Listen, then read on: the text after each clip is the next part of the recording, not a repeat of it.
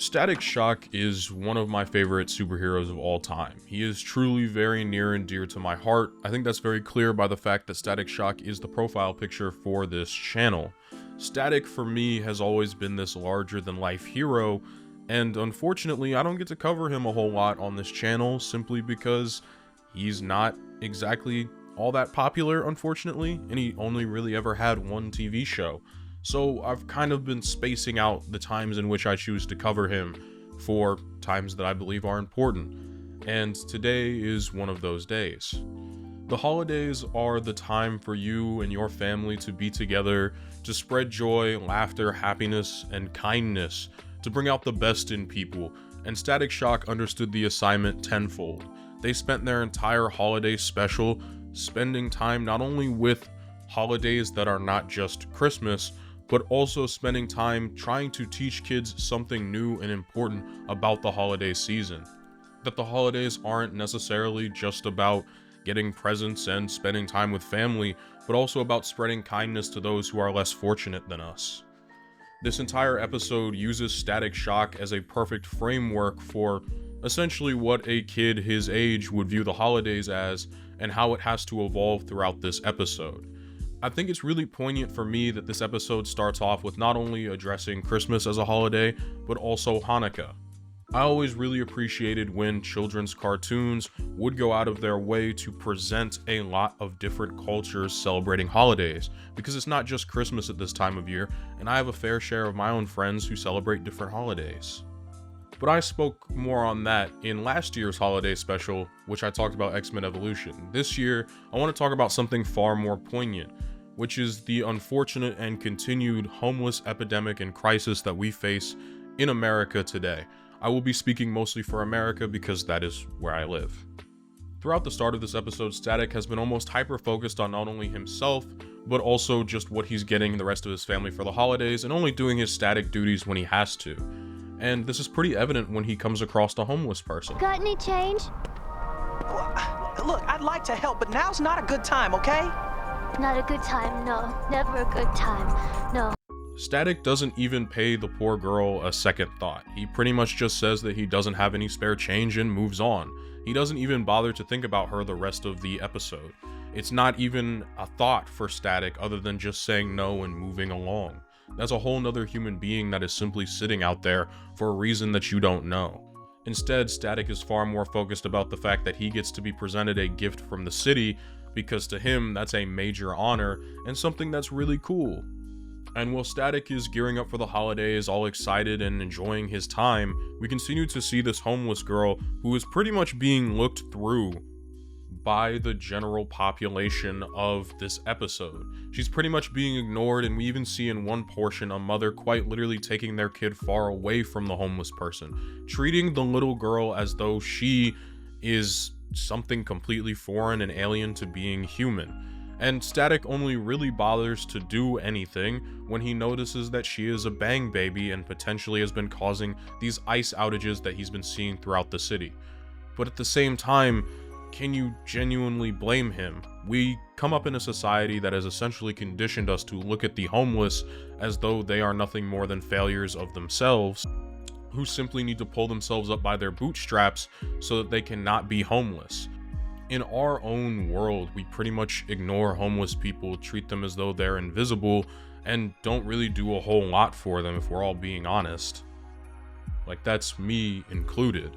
Static pretty much is no dissimilar to the average person in this regard, and that doesn't going to change for him because he doesn't have a point of reference at all for this experience.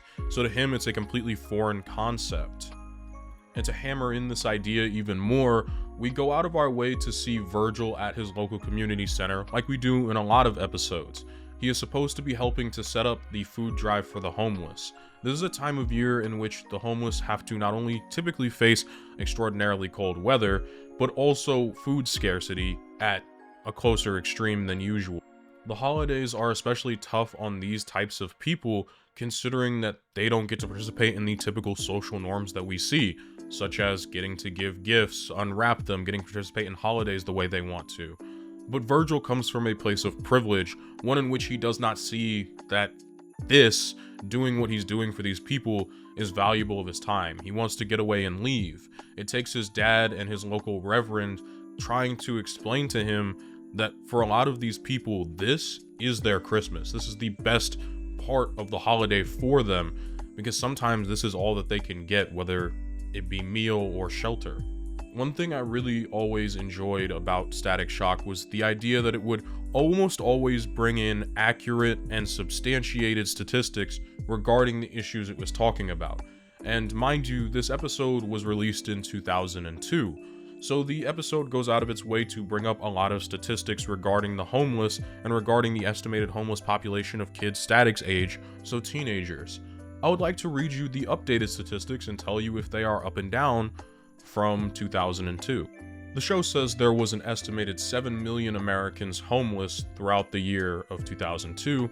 In 2024, well, it is almost impossible to find a general consensus number. People are typically saying it is upwards of 10 million homeless.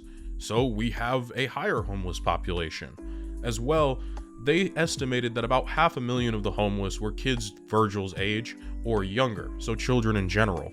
It is now estimated that 2.5 on the low end million children are homeless to this day, and on the high end they're looking at 3.2 million, which would quite literally be about a third of the homeless population. I'm just gonna leave those statistics there as we continue out through this video. Static himself has pretty much been the bad guy in the situation in this video. He doesn't really seem to care for the homeless at all and pretty much looks past them. But like I said earlier, it's hard to blame the guy when that's how we as a society tend to treat that marginalized group of people, unfortunately. And even when Static does recognize that this is a girl that is hurting, he isn't exactly doing his best to try and help her, even though he is genuinely trying now. He's trying to see it from her point of view and her perspective, but Static doesn't really have the perspective on what it is to be homeless and what those people have to deal with on a daily basis. And neither do I, nor do a majority of you who get to watch this video, hopefully. It takes Static having to go see how the homeless community is currently living and the defensiveness they must have in order to keep living properly for him to begin to even understand what is going on underneath his city, to understand that these people aren't necessarily dangerous or immoral, but simply in serious need of help. And eventually, they, despite having not a lot, are more than willing to help Static if it means helping that little girl. She's not bad, you know. She just has problems up here. Throughout the episode, we have been shown nothing more than the fact that this poor and probably mentally ill girl has been treated terribly by the people around her since she has become homeless. And she didn't become homeless because of a factor of herself. She became homeless because she unfortunately lost her parent, which is extraordinarily sad. Her stepdad wanted nothing to do with her, and when her mother passed, she had no one. And that actually is the root cause for a lot of homelessness when it comes to children, an unwanting of the parental figure. But homelessness doesn't just come in that flavor. A lot of people like to say if you just have a job, and if you get a job, it simply would not be that hard to not be homeless. But that's not the truth. In order to A, get a job, you have to have a stable home to come home to, a stable way to shower, groom yourself, all of these standards that we have in place that unfortunately these people probably don't have access to. But in all honesty, even though a lot of us look down on these people or look through them and look past them, we're not really that far from being in the same situation as they are. It's estimated that the average American only has $1,000 in saving as an emergency fund. That means we are essentially living paycheck to paycheck for a majority of the United States, and if, say, we were to be let go from our job, we would most likely be close to facing homelessness ourselves.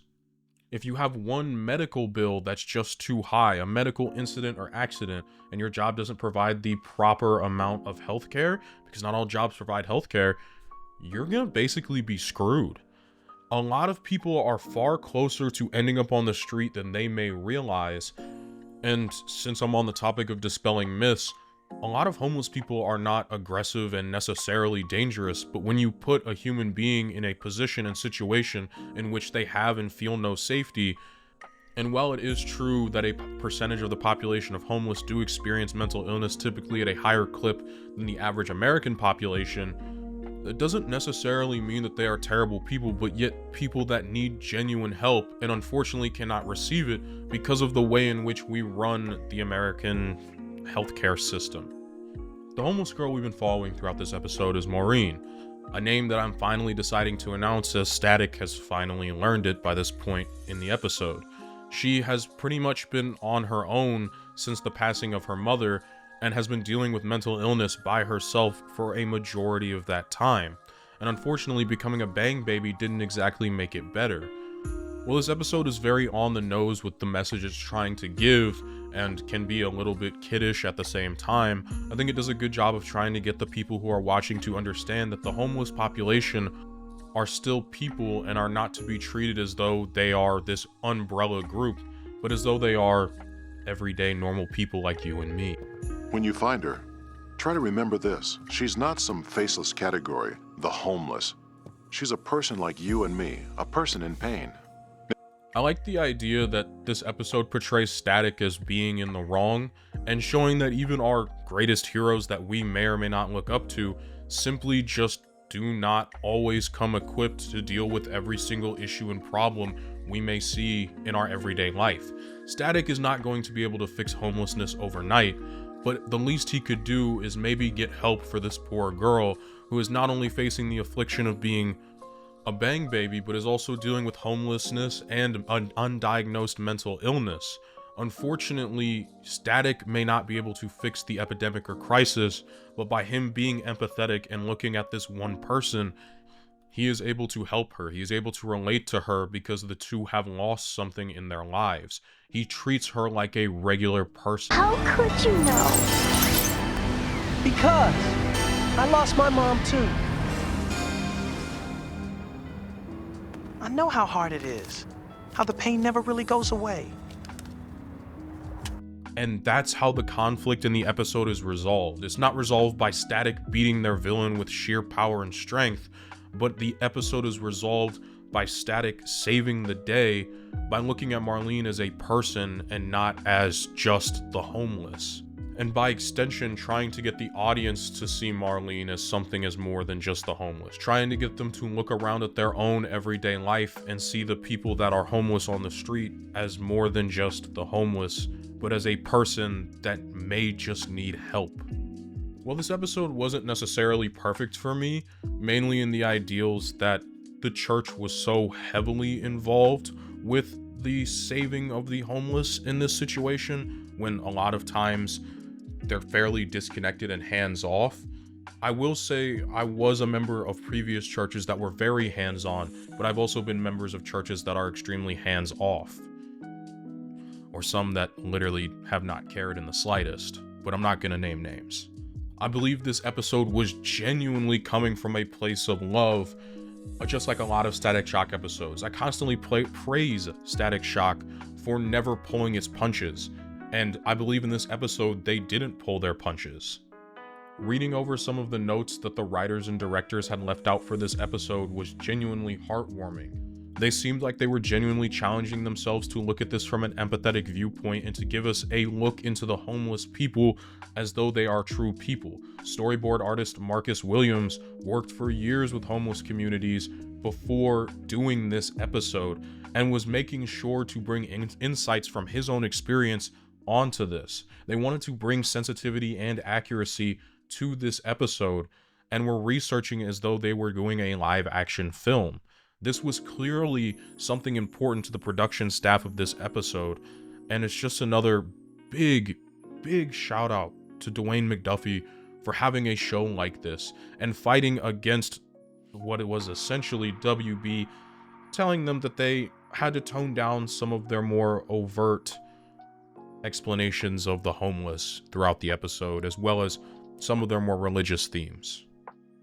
I felt much like I feel a majority of the time when Static Shock covers these episodes. While it is cheesy, while I feel like they beat you over the head with the lesson, I think it's important for shows that are marketed towards kids of young ages to see things like this, to help break down and destigmatize a lot of what we see in our modern everyday life as societal norms. Which leads me into why I wanted to talk about this episode for my holiday special this year, was the fact that recently I went to New York City, and I remember when I went back in the mid 2010s, I would find a lot of homeless people either on park benches, out in the streets, and I went at winter at the exact same time I went this year. And when I went this year, I saw that there was almost nobody. Almost no homeless were anywhere to be found, and I was walking the streets from anywhere from 9 in the morning to almost midnight. Yet these people were nowhere to be found. And the simple answer, and the one I would love to be the truth, is that they all have shelters, they all have places to be, but that's not the truth. We simply police them more. We decide to ostracize them and force them into harsher environments and climates because we don't want to see them. The police are almost constantly moving these homeless people around, and that is something that I did see in the very few and select homeless population I saw in New York while I spent my time in Brooklyn. And I know that's not because the homeless population is lacking there. New York City has the second highest homeless population in the US, estimated from 2023. But when we start to put in architecture that is anti-homeless, essentially when you look at park benches and they have armrests next to each other throughout the entire row, you might think it's just a nice armrest for you, but that's actually a form of hostile architecture, a way in which to encourage the homeless to not sleep on that chair, but to go find somewhere else to be, somewhere out of sight and out of mind. New York is full of hostile architecture, or in some cases, just no architecture at all. Nowhere to sit, nowhere to lay down, nowhere to be. And why do they do this? Because it's a lot easier when the homeless are not on our minds, when we don't see them when we leave our houses, and we don't have to think about them in the slightest. It's a lot easier for the city to make hostile architecture or to tear down architecture in general than it is for them to take the time to try and develop shelters for these people using the thousands of abandoned buildings in New York that easily could be renovated. As a matter of fact, these cities go out of their way to spend a ton of millions of dollars, mind you, that could be spent towards helping the homeless population, but instead is spent in making hostile architecture so that they can be told to go somewhere else in order to be out of sight. Which is genuinely sad and terrible. These are the government officials that we elect, and even in my home state of which I live, I will not be saying which state, but I see it as a problem in even the city that I live in personally. The homeless epidemic in America is only getting worse. It's just the people above us are getting better at hiding it, hiding those people away from us, the people that need the help the most. And that leads back to the traditional question of what can we do this holiday season to help these people? And I'll just say it outright. We currently are in an economic climate that maybe you don't have the money to donate, and that's perfectly fine, but you have time. And that is the most valuable thing that you can give to these people, is your time. Because giving money is all well and good, but when you give your time to speak to your local legislators, when you give your time to protest, when you give your time to go work at your local soup kitchen, or maybe just to help these homeless people clean up the areas in which they inhabit, you are making a real difference. It feels great to send money, and you can do that from the comfort of your own home, but A, not everybody's got the money to send, and B, in all honesty, charities tend to scalp a lot of that money, and almost none of the proceeds truly go to where they said they're going to be going. And that is the most disheartening part of the entire situation for me. It's why I'm not going to sit here and promote a charity or leave one in the description, because my faith in charities is very low, to put it blatantly. It's very low. I also want to take some time to address the fact that I'm not perfect. I definitely am guilty of ignoring and forgetting about the homeless population. And for a long time, I genuinely completely forgot because I don't see them anymore, especially in my city. Or if I do, I literally was looking right through them. And to me, I find that extraordinarily messed up. I mean, what I'm doing right now isn't exactly the most helpful. I'm doing the very, very bare minimum, which is making a video simply saying that these people exist and that they need our help. I'm doing the very bare minimum. okay? I'm not doing anything revolutionary here, and I want to make that extraordinarily clear. But I also want to make clear that this issue was close to my heart and something I really wanted to talk about and use my platform to speak on for this holiday season. And so all that I'll ask of you guys is that you remember that these people exist. And the next time that you might see somebody on the side of the road, you don't think that what they might use the money for, what they're going through, or how they ended up there. You simply see them as a person that needs help. And if you are fortunate enough to be able to give. And if all you can give is your time, that's more than enough. I'm not going to be doing any plugging at the end of this video. I would think that's bullshit on my part as a creator, so I'm not going to be doing that. But instead, I want to leave you off with a message that stuck very clear through me when I was watching this episode, because it rings more true today than potentially it did in 2002. I'm glad the church and community center could get together on this homeless project.